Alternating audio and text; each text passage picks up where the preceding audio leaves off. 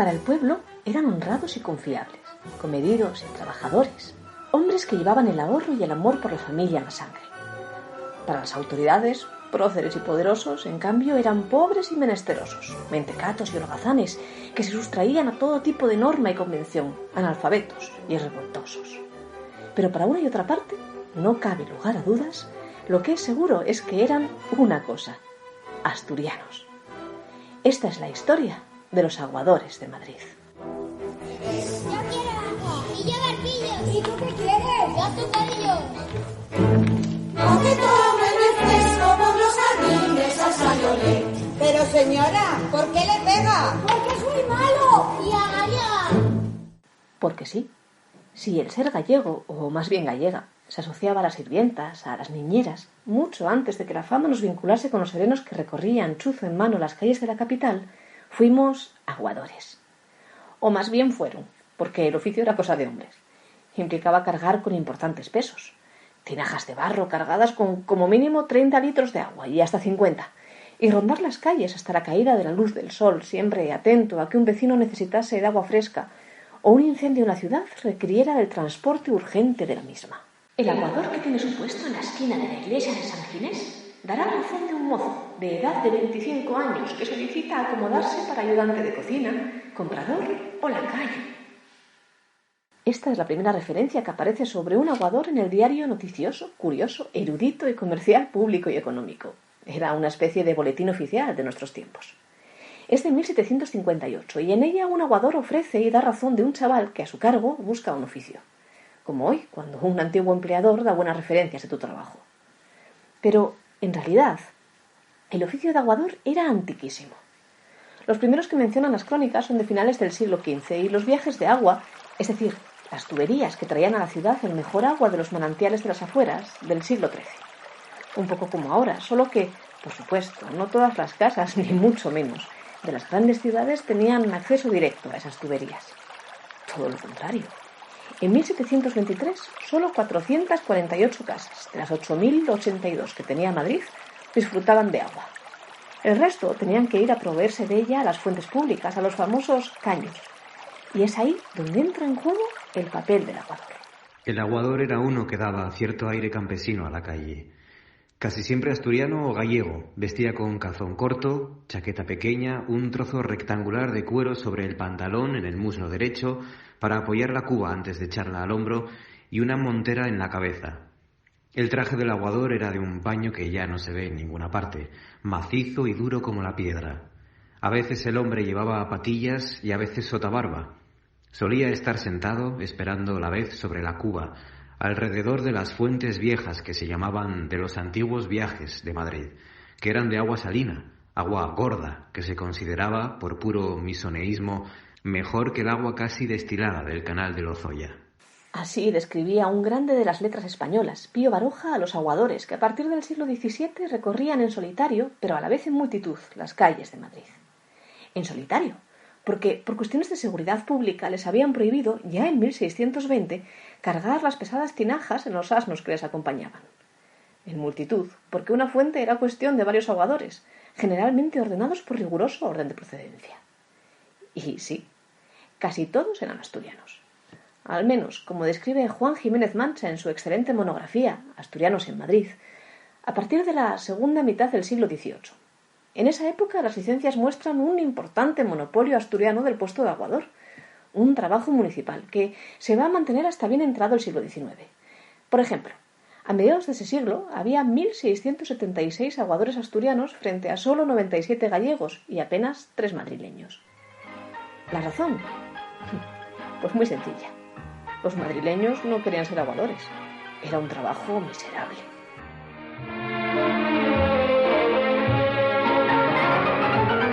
Son, si bien los consideras, los gallegos y asturianos que aquí en la corte se encuentran machos de carga nacidos, para alivio de las bestias. Miserable, sí. Difícil y muchas veces ingrato trabajo, pero muy digno.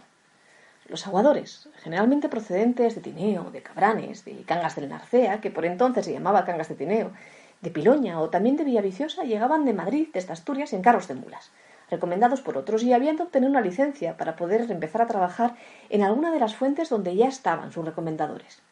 Así fue como la fuente de Cabestreros, por ejemplo, estaba llena de belmontinos, o la de San Fernando de mariallos. Y claro, tanta corrección en el uso de las fuentes que generaba problemas, como el del pobre aguador asturiano, al que llamaban Gochu los demás, como este, que publicó sus quejas en 1836 en la Revista Española, una publicación de Madrid. Señor editor de la revista Mensajero, muy señor mío, soy un pobre asturiano aguador de una de las fuentes de esta corte por gracia y nombramiento de su digno corregidor, el señor Marqués, viudo de Pontejos, y a mí, como a todos los nombrados por él, me tienen odio, rencor y mala voluntad los aguadores antiguos, que ni aun titularse quieren mis compañeros, no siendo extraño por aquello de quien es tu enemigo, llamándome, como a todos los de mi clase, gocho, palabra la más denigrativa que a un hombre de bien puede decirse en mi tierra, con otros 1000 improperios, habiendo ocasiones de venir a las manos los aguadores veteranos con los gochos, por cuya causa muchos de estos abandonan sus plazas. Allí se ve Mariblanca, envidiada de las negras, y aunque mira cuanto pasa, siempre se ve echa una piedra. En la fuente hay 100 coritos armando 2000 quimeras, con cántaros remendados sobre quién llena o no llena.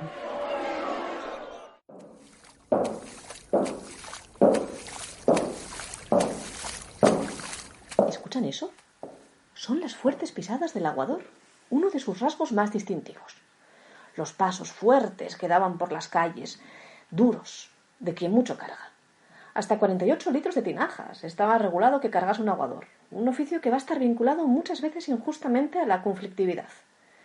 1836 fue un año duro. En 1833 recordarán que les conté en este podcast que llegó a España el cólera. Pues, ¿saben a quién se le echó la culpa primera de la enfermedad? Pues sí, a los aguadores, que en el fondo, claro, eran ellos los que manipulaban el agua de las fuentes y la envenenaban, decían, lavándose dentro de las mismas, a ellos mismos o a los perros que les acompañaban. Incluso en 1835 hubo un crimen por ello.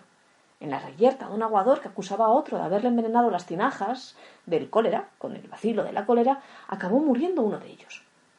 Pero la mayoría de las referencias que encontramos en los medios populares hablan de los aguadores como personas honradas, que inflaban su jornal con trabajos complementarios, como hacer la compra a las criadas de las casas o llevarles el carbón.